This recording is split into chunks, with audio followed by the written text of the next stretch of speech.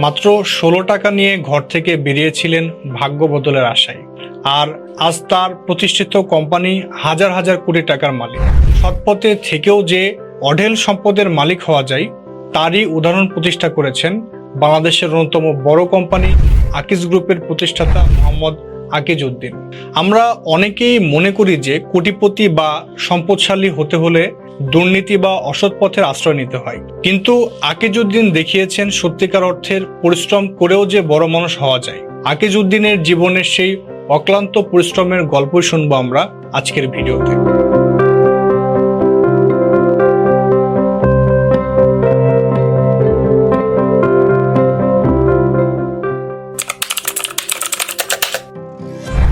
বিভিন্ন মোটিভেশনাল স্পিচে আমরা Jack Ma, Dhirubhai আম্বানিদের একদম জিরো থেকে হিরো হবার গল্প শুনে থাকি, কিন্তু আমাদের দেশেও যে একজন আকিজ উদ্দিন ছিলেন সে কথা আমরা ভুলে যাই।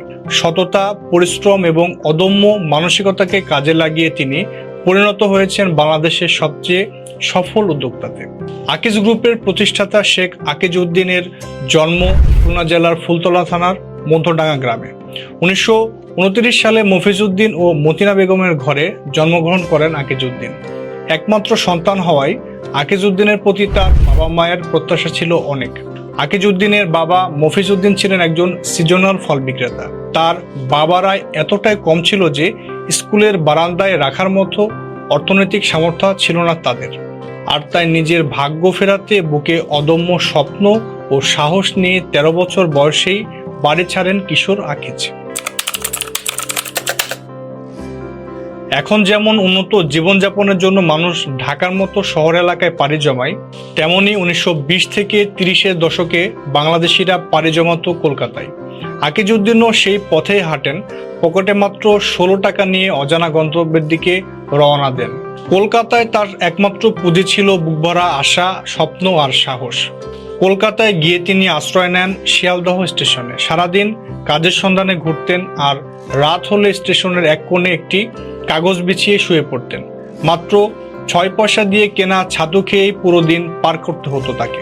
এদিকে একদিন তার পরিচয় হয় সেখানকার জাকারিয়া হোটেলের মালিকের সঙ্গে। আকিজের সংগ্রামের কথা শুনে তিনি তাকে নিজের হোটেলে থাকার ব্যবস্থা করে দেন। এভাবে বেশ কিছুদিন চলে যায়। কোনো কাজের সন্ধান না পেয়ে স্বল্প পুঁজি নিয়ে ব্যবসা করার সিদ্ধান্ত নেন আকিজ উদ্দিন।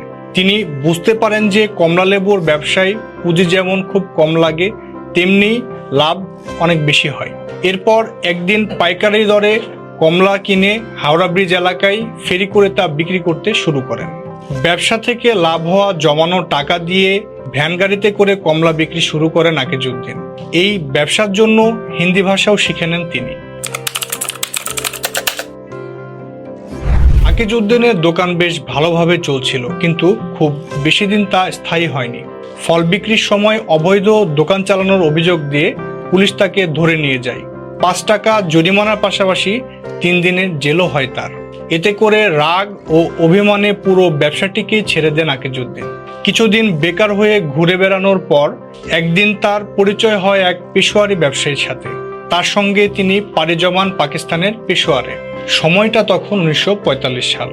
সেখানকার প্রচলিত পশতু ভাষা শিখে নেন অল্প দিনেই। তারপর দোকান বিক্রির টাকা বিনিয়োগ করে শুরু করেন ফলের ব্যবসা। 2 বছর ফলের ব্যবসা করে তিনি 10,000 টাকার মতো জমিয়েছিলেন। এর মধ্যেই শুরু হয় দ্বিতীয় বিশ্বযুদ্ধ।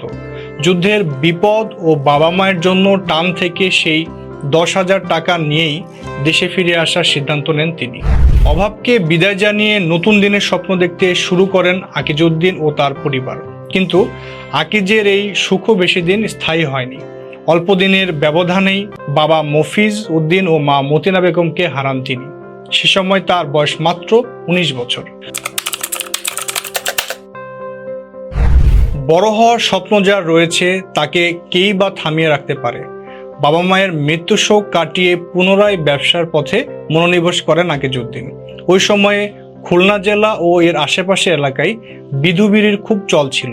এই বিধুবিড়ির মালিক বিধুভূষণের ছেলে আবার আকিজের কাছের বন্ধু ছিলেন। বিধুভূষণের পরামর্শ ও সহযোগিতায় 1952 সালে আকিজ বিড়ির যাত্রা শুরু করেন। এই ব্যবসাও বেশ সাফল্য লাভ করেন তিনি।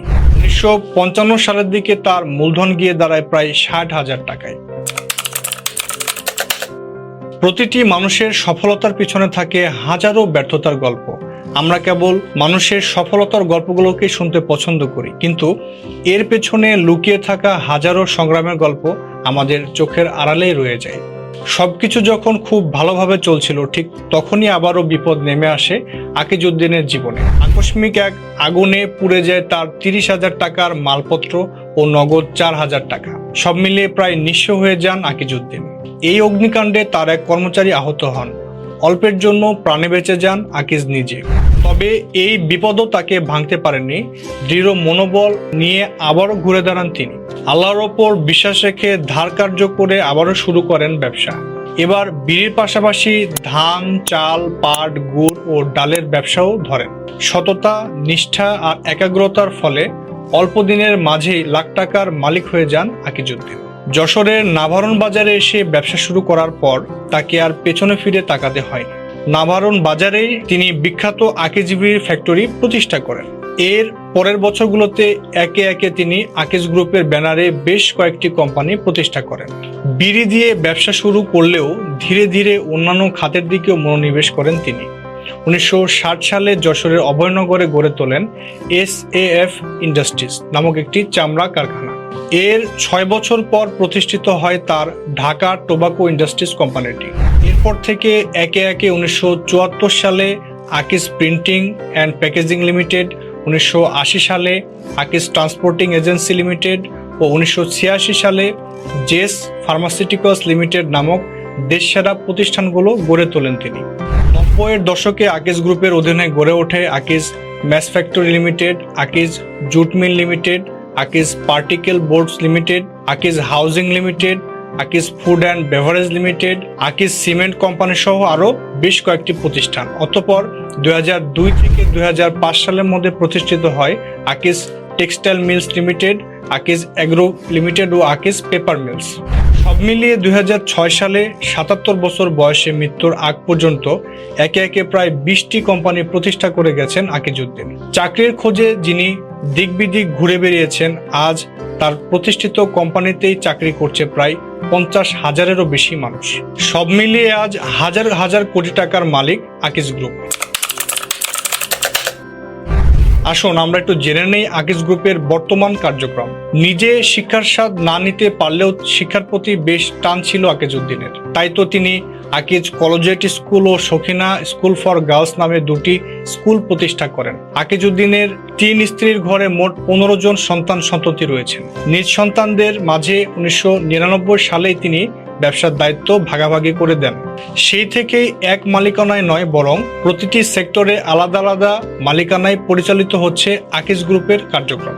আকিজউদ্দিনের ছেলে মোহাম্মদ মশিরউদ্দিন আছেন বাবার প্রতিষ্ঠিত ওয়েলফেয়ার সংস্থা আদ-দ্বীন ফাউন্ডেশনের চেয়ারম্যানের দায়িত্বে। এছাড়াও তার আরেক ছেলে শেখ বশিরউদ্দিন বর্তমানে অন্তর্বর্তীকালীন সরকারের বাণিজ্য উপদেষ্টার দায়িত্ব পালন করছেন। বশিরউদ্দিনের বড় ভাই আজিজউদ্দিন আছেন আকিজ FMG লিমিটেডের দায়িত্বে। অন্যদিকে 2023 সালে বশিরউদ্দিন আলাদাভাবে নিজের ও বাবার নামকে একসঙ্গে সংযুক্ত করে আকিজ বশির গ্রুপ প্রতিষ্ঠা করেন। আকিজ বশির গ্রুপের অধীনে রয়েছে সিরামিক্স, স্যানিটারি ও বাথওয়্যার, টেবিলওয়্যার, পার্টিকেল বোর্ড, পাট, স্টিল, চা সহ 16 ধরনের ব্যবসা। এসব ব্যবসার মূল রেভিনিউর পরিমাণ প্রায় 5,000 কোটি টাকা। দেশের শীর্ষস্থানীয় একজন ধনী হয়েও একদম সাদাসিধা জীবনযাপন করতেন আকিজউদ্দিন। যে মানুষ তার অতীতকে মনে রাখে সেই জীবনে সফল হয়, তারই এক উৎকৃষ্ট উদাহরণ তিনি। 1,000 কোটি টাকার মালিক হয়েও বিন্দুমাত্র অহংকার ছিল না তার মধ্যে। 2000 সালে তার এলাকা যশোরে ভয়াবহ বন্যার সময়ে তিনি একাই প্রায় 1 কোটি টাকা ত্রাণ বিতরণ করে। ব্যবসায়িক প্রতিষ্ঠানের পাশাপাশি খুলনা, যশোর, কুষ্টিয়া ও ঢাকায় বেশ কয়েকটি হাসপাতাল প্রতিষ্ঠা করেছেন আকিজউদ্দিন। ব্যবসা প্রতিষ্ঠানের পাশাপাশি তিনি 1980 সালে আদ-দ্বীন ওয়েলফেয়ার ট্রাস্ট প্রতিষ্ঠা করেন। প্রতিষ্ঠার পর থেকেই মানব সেবার অন্যান্য দৃষ্টান্ত প্রতিষ্ঠা করে আসছে এই সংগঠনটি। জীবনের সব প্রতিকূলতাকে অতিক্রম করে আকিজউদ্দিন দেখিয়েছেন এভাবেও শূন্য থেকে চূড়ায় ওঠা যায়। সততা, পরিশ্রম, আত্মবিশ্বাস ও দৃঢ় মনোবল থাকলে যত বিপদে আসুক না কেন, সফলতা একদিন না একদিন এসে ধরায় দেয়।